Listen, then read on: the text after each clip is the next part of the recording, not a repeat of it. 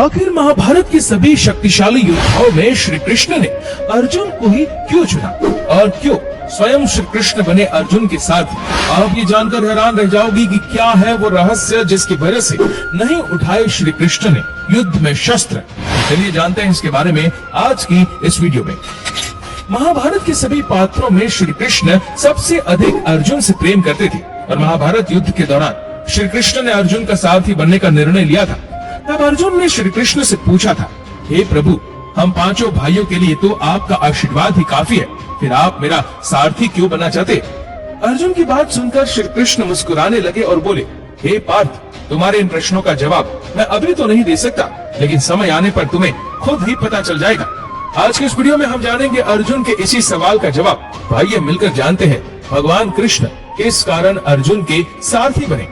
दोस्तों, जब महाभारत युद्ध होना निश्चित हो गया तब कौरव और पांडव दोनों अपने मित्रों, संबंधियों सहित राजाओं को अपने पक्ष में लाने में लग गए। इसी कड़ी में पांडवों की ओर से अर्जुन और कौरवों की तरफ से दुर्योधन श्री कृष्ण के पास पहुँचे। तब श्री कृष्ण ने दोनों से ही कहा, आप दोनों मेरे संबंधी हो, इसीलिए मैं दोनों को कुछ न कुछ अवश्य दूंगा। एक तरफ मेरी पूरी नारायणी सेना होगी और दूसरी तरफ मैं निहत था अकेला। मैं इस युद्ध के दौरान कोई भी अस्त्र शस्त्र नहीं उठाऊंगा।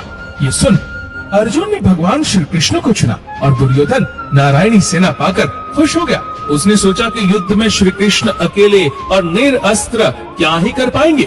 दुर्योधन नारायणी सेना के साथ वहाँ से निकल पड़ा और श्री कृष्ण अर्जुन के साथ हो लिए। इसके बाद कौरव और पांडव युद्ध की तैयारी में जुट गए। श्री कृष्ण ने अर्जुन के सारथी के रूप में साथ देने का निर्णय किया। जब युद्ध शुरू होने का दिन आया तो श्री कृष्ण एक सारथी की भांति अर्जुन के शिविर से निकलने से पहले रथ को पूरी तरह तैयार कर खड़े थे। सुरक्षा के लिए रथ के ध्वज पर श्री कृष्ण ने हनुमान जी को विराजमान किया। अर्जुन जब अपने शिविर से शस्त्रों के साथ युद्ध करने के लिए निकले तो श्री कृष्ण ने पहले अर्जुन को रथ पर चढ़ाया, फिर खुद चढ़े और अर्जुन के आदेश पाते ही रथ को लेकर युद्ध भूमि की ओर निकल पड़े। कुरुक्षेत्र पहुंचकर जब अर्जुन ने देखा कि उसके सामने भीष्म पितामह, गुरु द्रोणाचार्य, गुरु कृपाचार्य जैसे अपने खड़े तो उनके हाथ कांपने लगे। उसने अपना गांडीव नीचे रख दिया। फिर श्री कृष्ण से बोले, हे प्रभु, मैं इनसे युद्ध नहीं कर सकता। मैं अपने ही सगे संबंधियों से युद्ध कैसे कर सकता हूँ?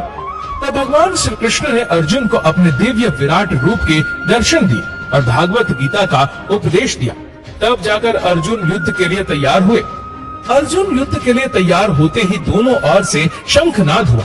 महाभारत युद्ध के 11वें दिन जब कर्ण कुरुक्षेत्र में युद्ध करने के लिए गए तो अर्जुन और कर्ण दोनों में भीषण युद्ध होने लगा। युद्ध में कर्ण की वीरता देख श्री कृष्ण बार बार उसकी प्रशंसा करने लगे। ये सुनकर अर्जुन क्रोधित हो उठे। उन्होंने श्री कृष्ण से पूछा, हे प्रभु, आप मेरी प्रशंसा करने के बजाय कर्ण की प्रशंसा क्यों कर रहे? तब श्री कृष्ण ने अर्जुन से कहा, हे पार्थ, तुम्हारे रथ पर महावीर हनुमान और स्वयं मैं विराजमान हूँ, फिर भी कर्ण के बाणों के प्रहार से रथ पीछे हट रहा है, इसीलिए कर्ण प्रशंसा के योग्य है। इसी तरह युद्ध चलता रहा। युद्ध के 18वें दिन भगवान कृष्ण सदा की तरह अर्जुन से पहले रथ से नीचे नहीं उतरे और अर्जुन से पहले उतरने को कहा।